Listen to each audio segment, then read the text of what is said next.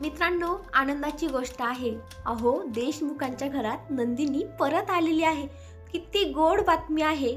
एकतर युग परत आला आणि युगच्या नंतर नंदिनीने सुद्धा देशमुखांच्या घरात पाऊल ठेवलेलं आहे. आज किती आनंदाची गोष्ट, सगळीकडे आनंदी आनंद गडे झालेला आहे. मानिनीच्या डोळ्यातून तर चक्क अश्रूच ओघळत आहे. काव्याने तर आपल्या बहिणीला पळत जाऊन मिठीच मारलेली आहे. सगळेजण खूप खुश आहे, कारण एकामागून एक खुशखबरी त्यांना जी भेटलेली आहे. इतकं खुश, म्हणजे इतकं खुश आहे देशमुख कुटुंब आज, कारण दोन्ही सुना आज त्यांच्या जवळ आहेत. Wow, very nice.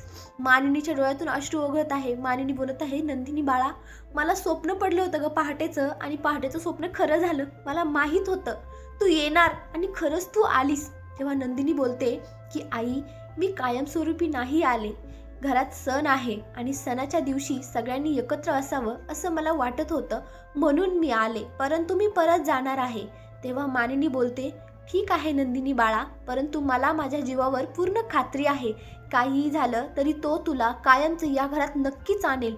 तेव्हा नंदिनी बोलते की नाही आई, आपण जिथून जास्त अपेक्षा ठेवतो ना, तिथून आपला अपेक्षा भंग होतो. तेव्हा मानिनी बोलते की नाही होणार, मला माझ्या जीवावर पूर्ण विश्वास आहे, परंतु ठीक असू दे. चल, आता तू आली आहेस ना, चल बरं, चल घरी. अगं, अशी दारात का थांबली, चल लवकर. आणि आता मस्तपैकी सगळेजण छान सोफ्यावर जाऊन बसतात. सगळं म्हणजे सगळं किती खुश यार, सगळेजण खूप खुश आहे. आनंदाने एकमेकींची विचारपूस करत आहे. काव्याला पाहून तर नंदिनी बोलत आहे की काव्या, अगं किती सुंदर दिसतेस तू. तेव्हा आता मानिनी बोलते की हो अगं, सुंदर दिसणारच, कारण तिने मनावर घेतलंय तिच्या बोक्याला मनवायचं. तेव्हा पार्थ बोलतो, अगं आई, काय पण काय बोलतेस. तेव्हा मानिनी बोलते की अरे तू नाही रे, तिचा तो छोटा बोका ना, बोका 2.0. Wow, very nice. मानिनी काकू तर किती क्यूट.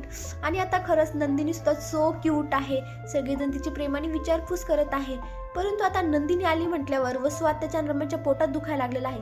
त्यामुळे वसू आत्या तिला टॉन्ट मारणार आहे की कशी काय आली अचानक, एवढं सगळं झालेलं असताना आलीच कस काय इथे, माझ्यासारखी तर आलीच नसती, असं तसं खूप म्हणजे तिला अपमानित करणार आहे. परंतु आता काय, त्यांची जुनी सवय आहे ना, आता त्यांना कोण समजावणार. परंतु नंदिनी आली, मला खूप खूप आनंद होत आहे.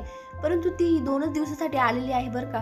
ती कायमस्वरूपी यावी म्हणून जीवा प्रयत्न करत आहे आणि ती नक्कीच कायमस्वरूपी परत येईल. तुम्हाला काय वाटतं, कमेंटमध्ये नक्की सांगा. धन्यवाद.